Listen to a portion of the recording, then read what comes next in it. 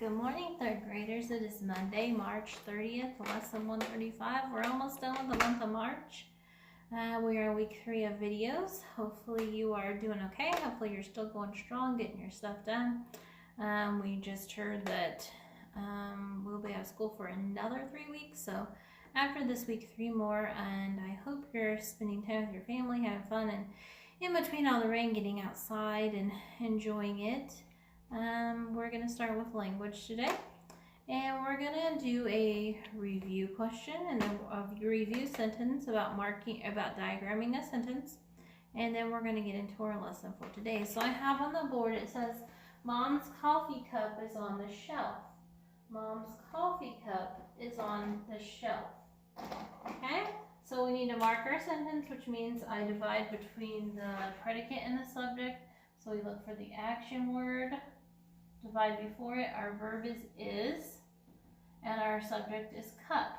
So cup is, and then we have 2 adjectives here. We have coffee and we have moms. So we're going to diagram them right down here. You need to slant your lines down, and you're going to put moms first and then coffee cup, and that's the 2 adjectives, or coffee, that's the 2 adjectives that describe the cup. Okay, we're going to talk more about some adjectives today that have special sounds. If you were with us when we did special sounds, you will know them as special sounds. So I have 2 bags here.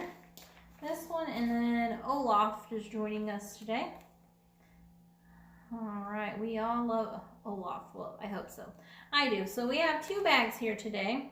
And if I were to describe the bag, I might say this is a small bag, this is a big bag.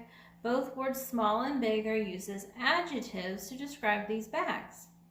Well, if I have the 2 of them together, which of the bags are bigger? Well, we would say this one.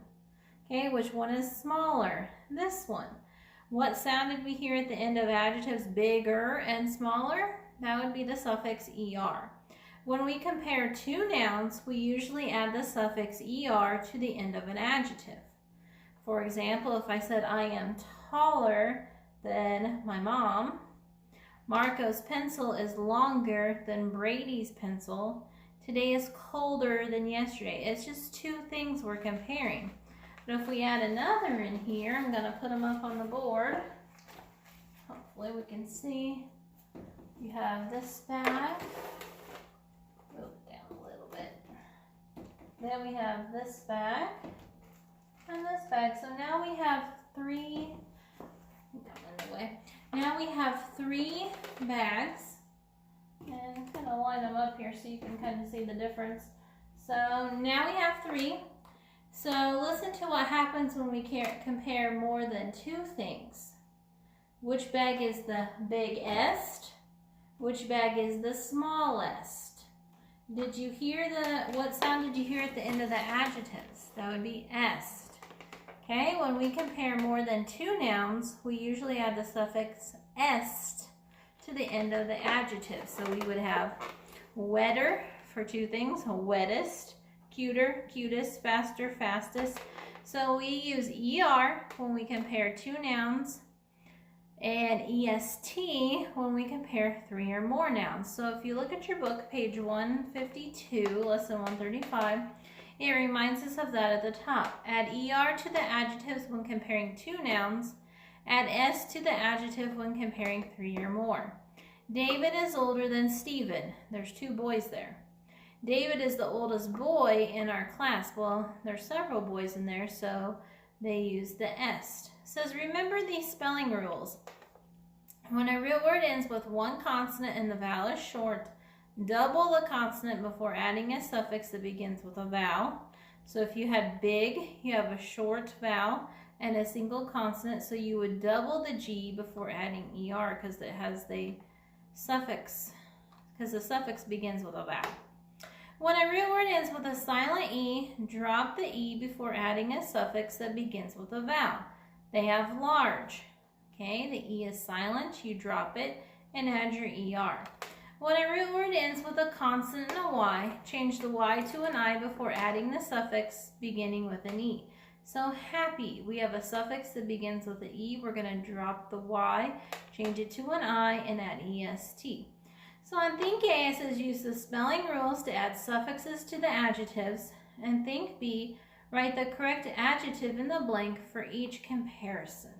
So think about how many things you are comparing. All right, that is it for language. We're going to move on to math. Math is pretty much a review lesson today. So I was going to go over at least one thing on your paper. We were going to talk about scale drawings. All right, before we do that, I have a map here. And as you know, this right here, kind of see it. Okay, this is not how big the world is because it fits all on a placemat. Well, the world does not fit on a placemat. It's much bigger than that, even the United States. Okay, it's huge. This is what's called a scale drawing. The map represents the whole world. Is it the size of the world? No. Maps are much smaller than the area they represent. Maps are called scale drawing because a short distance on the map represents a much longer distance. Suppose the scale on the map where 1 inch equals 500 miles. We can easily travel 1 inch, but on the map it would actually it takes all day to drive 500 miles.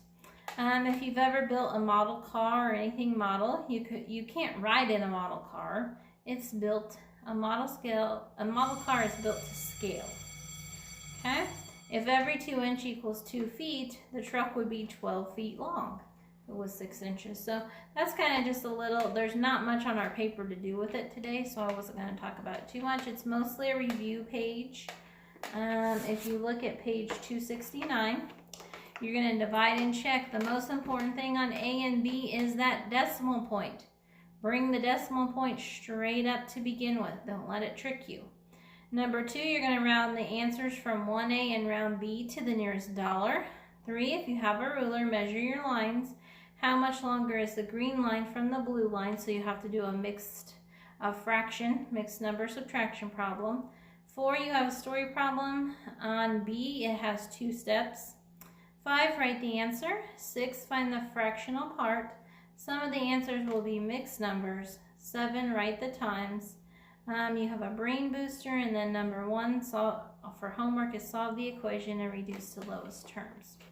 So pretty simple, just a review, which throughout the next couple weeks, there are going to be some days that will just be a review day. There won't be much on them, and sometimes I'll work things out if I feel like we need practice. All right, we're going to look at science. We're moving on to the next chapter, which is my favorite thing in science, the human body. We're going to talk about bones today.